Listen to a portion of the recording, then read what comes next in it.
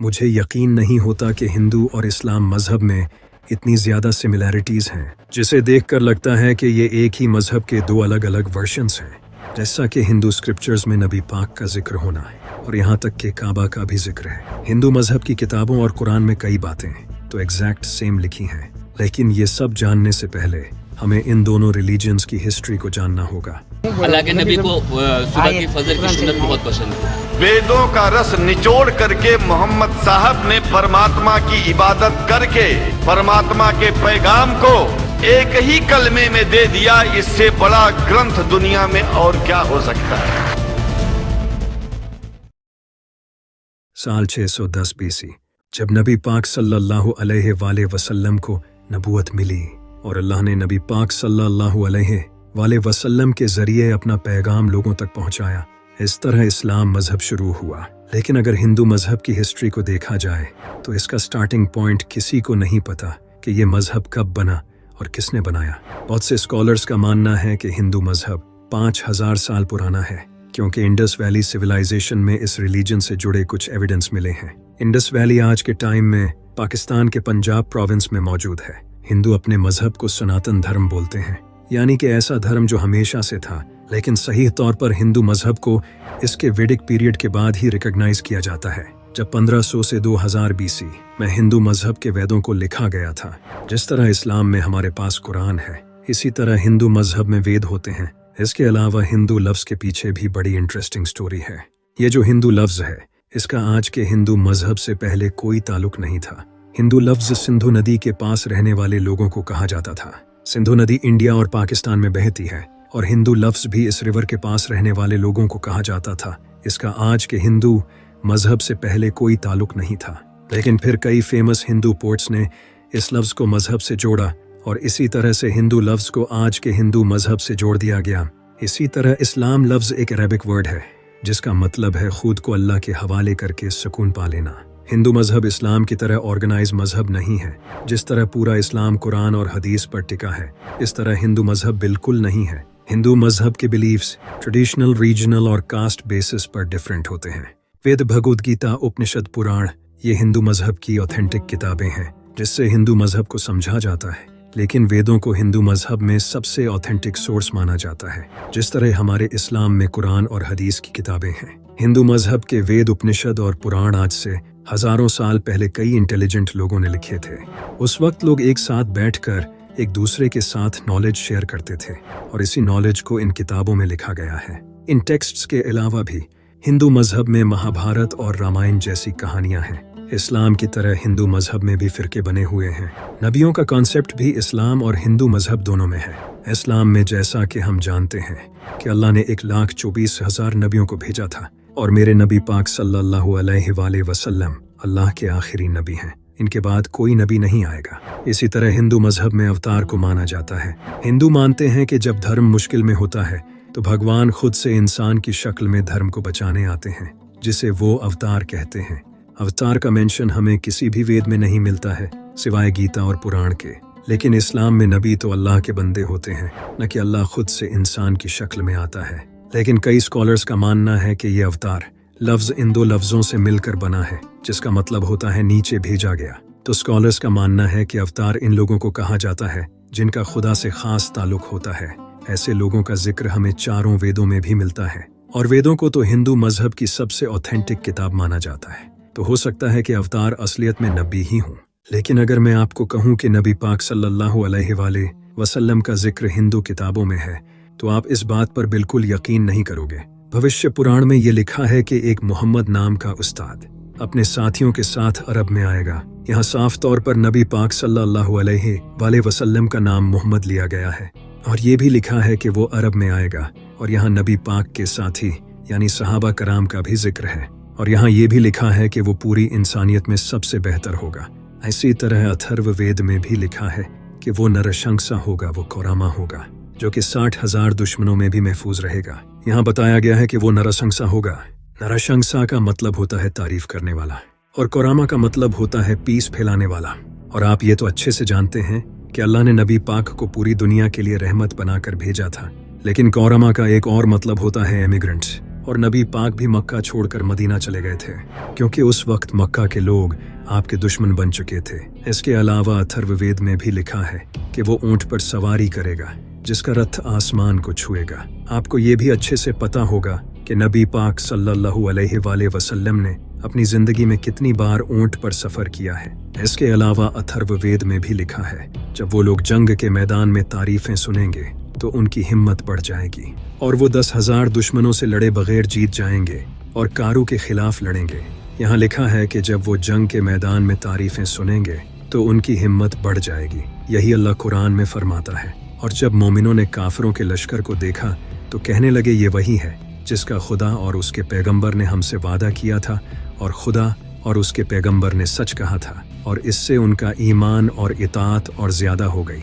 और हिस्ट्री में जब मूता की जंग हुई उस वक्त 3,000 मुसलमान 10,000 काफिरों के मुकाबले में थे। और यहाँ ये भी लिखा है कि वो कारू के खिलाफ लड़ेंगे। कारू का मतलब होता है तारीफ करने वाला। अगर हम इसे अरबी में ट्रांसलेट करें तो ये बनता है अहमद, जो कि नबी पाक सल्लल्लाहु अलैहि वसल्लम का ही एक नाम है। इसके अलावा भी मंत्र नंबर 7 में लिखा है, भगवान की मदद से अभांडू बेस्ट चीफ्स और 60,099 दुश्मनों को हराएगा। और यहाँ जिस इंसान का नाम अभांडू लिया गया है इसका मतलब होता है यतीम, जो कि हम जानते हैं कि नबी पाक सल्लल्लाहु अलैहि वसल्लम बचपन से यतीम थे। सामवेद में ये लिखा है कि इस ऋषि को इसकी माँ दूध नहीं पिलाएगी। नबी पाक ने भी अपनी माँ का दूध नहीं पिया, क्योंकि आपको आपकी दाई हलीमा सादिया ने दूध पिलाया था।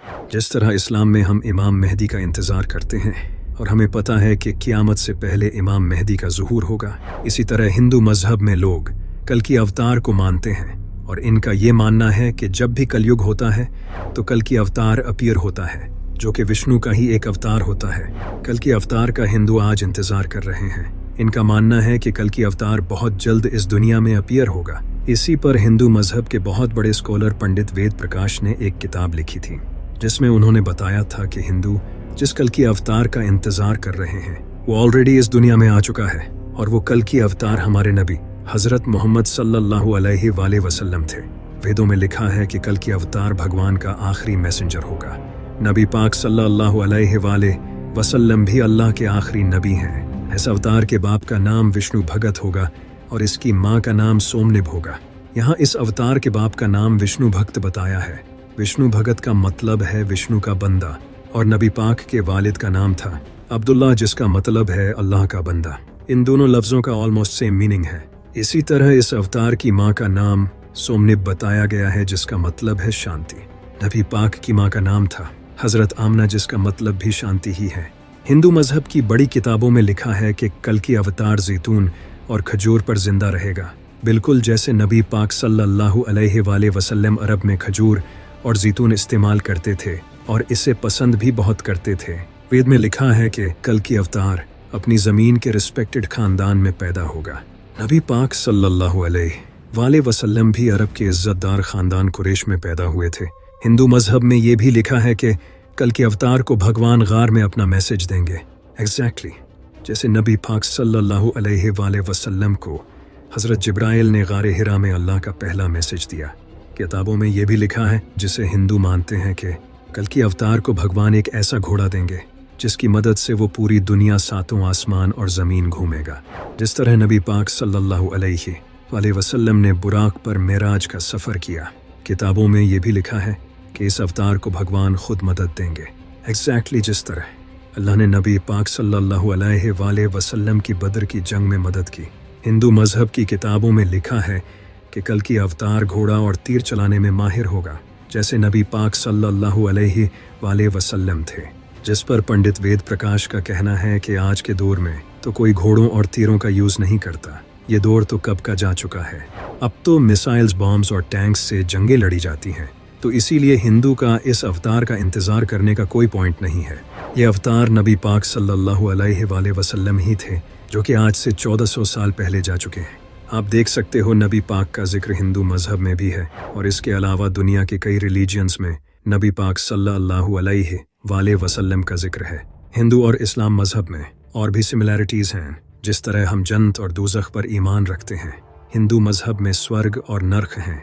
हम ईद पर जानवर कुर्बान करते हैं, हिंदू भी जानवर कुर्बान करते हैं। हम ज़कात देते हैं और हिंदू दान करते हैं।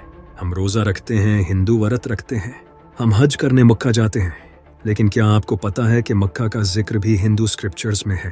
آپ نے بالکل صحیح سنا۔ ہری ہریشور مہاتمیہ میں ایک منتر ہے۔ اس منتر میں لکھا ہے کہ مکہ میں وشنو کے پاؤں کے فٹ پرنٹس ہیں۔ یہاں وشنو سے مراد خدا ہے، کیونکہ وشنو کا مطلب ہوتا ہے سب کو سنبھالنے والا، جو کہ اللہ کے ایک اور نام المکیتو کا بھی یہی مطلب ہے۔ اور ہم مسلمان بھی کعبہ، جو کہ مکہ میں سچویٹڈ ہے، اسے اللہ کا گھر مانتے ہیں۔ اس کے علاوہ رگ وید میں لاسپت نام کی جگہ کو لکھا گیا ہے، جو کہ نابھا پرتھوی پر سچویٹڈ ہے۔ یہاں غور کرنے والی بات یہ ہے کہ اس لاسپت ورڈ کا مطلب اللہ کی جگہ ہے، کیونکہ لا کا مطلب ہے اللہ اور سپت کا مطلب ہے جگہ، اور یہاں بتایا گیا ہے کہ یہ جگہ نابھا پرتھوی پر ہے۔ نابھا پرتھوی کا مطلب ہے زمین کے درمیان، یعنی کہ یہ جگہ ارتھ کے سینٹر میں موجود ہے۔ آپ جان کر حیران ہوگے کہ کعبہ بھی ارتھ کے سینٹر میں ہے۔ آپ دیکھ سکتے ہو کہ اسلام اور ہندو مذہب میں کتنی زیادہ سملیرٹیز ہیں، لیکن جو سب سے بڑا ڈفرنس لوگوں کو لگتا ہے وہ یہ ہے کہ اسلام میں ہم ایک اللہ کو مانتے ہیں اور مورتی پوجا بھی اسلام میں حرام ہے، لیکن ہندو الگ الگ خداؤں کو مانتے ہیں اور مورتی پوجا کرتے ہیں، جبکہ اپنشدوں میں یہ صاف صاف لکھا ہے وہ ایک ہے اور اس کا دوسرا نہیں۔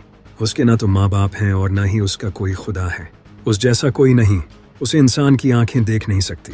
بھگوت گیتا میں بھی لکھا ہے کہ جن کی عقلوں کو ان کی اچھاؤں نے چرا لیا ہے وہ ان مورتیوں کی پوجا کرتے ہیں، اس ایک خدا کو چھوڑ کر۔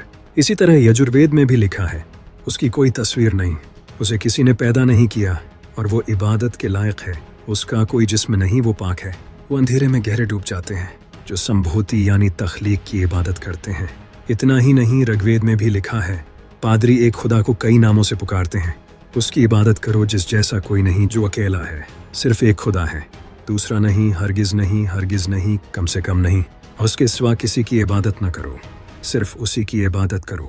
اتھرو وید میں بھی لکھا ہے خدا سب سے عظیم ہے۔ یہ ساری باتیں قرآن میں ایگزیکٹلی سیم ٹو سیم لکھی ہیں۔ ہندو مانتے ہیں کہ پورے یونیورس کو برہما نے بنایا ہے۔ برہما کا مطلب ہوتا ہے کریٹر، جس سے آپ اللہ بھی کہہ سکتے ہو۔ شنکر آچاریہ جی جو ہندو مذہب کے سب سے بڑے اسکالر تھے، انہوں نے کہا تھا کہ برہما ہی سچ ہے۔ وہ بھی ایک ہی خدا میں مانتے تھے، یعنی کہ خدا ایک ہے اور وہی سچ ہے۔ لیکن اگر ہندو مذہب میں ایک خدا کا ماننے کا کہا گیا ہے تو پھر کیوں لوگ مورتیوں کی پوجا کرتے ہیں؟ اسلام 1400 سال پرانا مذہب ہے، اور جیسا کہ آپ جانتے ہو کہ اسلام میں اللہ کے علاوہ کسی اور کی عبادت کرنا سخت گناہ ہے، پھر بھی آج آپ دیکھ سکتے ہو کہ کتنے مسلمان شرک کرتے ہیں۔ ہندو مذہب 5000 سال پرانا ہے، تو وہاں ایسا ہونا تو کوئی خاص بات نہیں ہے۔ گوتم بدھ خود ساری زندگی لوگوں کو بتوں کی پوجا کرنے سے روکتے رہے، لیکن ان کے مرنے کے بعد لوگوں نے ان کی ہی پوجا کرنا شروع کر دیا۔ حضرت موسیٰ علیہ السلام نے جب لوگوں کو سمندر پار کروایا تو سمندر پار کرتے ہی ایک انسان نے حضرت موسیٰ علیہ السلام کو یہ کہہ دیا کہ آپ ہمیں اپنے رب کی کوئی مورتی بنا دیں تاکہ ہم اس کی پوجا کر سکیں۔ حضرت عیسیٰ علیہ السلام نے لوگوں کو اللہ کی عبادت کرنے کی تعلیم دی اور لوگوں نے انہیں ہی خدا بنا دیا۔ جس طرح اسلام میں اللہ کے 99 نام ہیں، اسی طرح ہندو مذہب میں ایک ہی خدا کے الگ الگ اوتار ہیں۔ جس طرح اللہ کا ہر نام اس کی نئی خوبی بیان کرتا ہے، اسی طرح جس کو اچھائی پسند ہے وہ شیو کو مانتا ہے، جس سے پیار پسند ہے وہ کرشنا کو مانتا ہے، یعنی کہ یہ سارے اس ایک ہی خدا کی الگ الگ خوبی کو ریپرزینٹ کرتے ہیں، اور وہ خدا صرف ایک ہے، جو کہ ہم نے دیکھا کہ ویدوں میں بار بار کہا گیا ہے۔ جس طرح اللہ کو کوئی رحمان کے نام سے یاد کرتا ہے تو کوئی مالک کے نام سے، لیکن یاد تو اس ایک ہی کو کیا جا رہا ہے۔ لیکن اب پرابلم یہ ہے کہ ہندوؤں نے اس ایک خدا کو چھوڑ کر ان مورتیوں کو پکڑ لیا ہے، جو کہ انسان نے خود بنائی ہیں، اور وہ خود کی بنائی ہوئی چیز کے پیار میں پڑ گیا ہے، اور یہی شرک ہے۔ ان مورتیوں کو چھوڑو اور اس ایک کو پکڑو، وہی تو رام ہے، شیو ہے، کرشنا ہے، وہی میرا اللہ ہے، وہی اس یونیورس کا سچ ہے، جسے ہندو مذہب میں ستیہ کہتے ہیں۔ اسی طرح ہندو مذہب میں مہابھارت اور رامائن جیسی کہانیاں ہیں جن سے انسان کو بہت کچھ سیکھنے کو ملتا ہے، لیکن یہ صرف مائتھولوجیکل کہانیاں ہیں، ایسا ہسٹری میں سچ میں نہیں ہوا تھا۔ یہ کہانیاں لوگوں نے لکھی ہیں انسان کو سبق دینے کے لیے، جس طرح ہمارے اسلام میں بھی مولوی کئی پیروں کی کہانیاں سناتے ہیں جن کا کوئی اوتھینٹک سورس نہیں۔ اس کے علاوہ ہندو مذہب تو باقی مذہبوں کو بھی سچ مانتا ہے۔ اس کا ماننا ہے کہ راستے الگ الگ ہو سکتے ہیں لیکن سب کی منزل ایک ہے۔ ہندو مذہب میں کہیں بھی یہ نہیں لکھا کہ دوسرے مذہب جھوٹے ہیں۔ اسی وجہ سے مہاتما گاندھی جیسے لوگوں نے بھی اسلام کی کافی بار تعریف کی ہے، یہاں تک کہ کئی ہندو تو میرے امام حسین سے بھی محبت کرتے ہیں اور ان کا ماتم بھی کرتے ہیں، جنہیں حسینی براہمن کہا جاتا ہے۔ میں بس اتنا ہی کہنا چاہوں گا، جس مذہب پر ہم ایک دوسرے سے لڑتے ہیں وہ اصلیت میں تو ایک ہی خدا کو مانتے ہیں۔ اسی لیے ہمیں مورتی پوجا سے ہٹ کر اس ایک خدا کی عبادت کرنی چاہیے جس کا ذکر قرآن اور وید دونوں میں ہے۔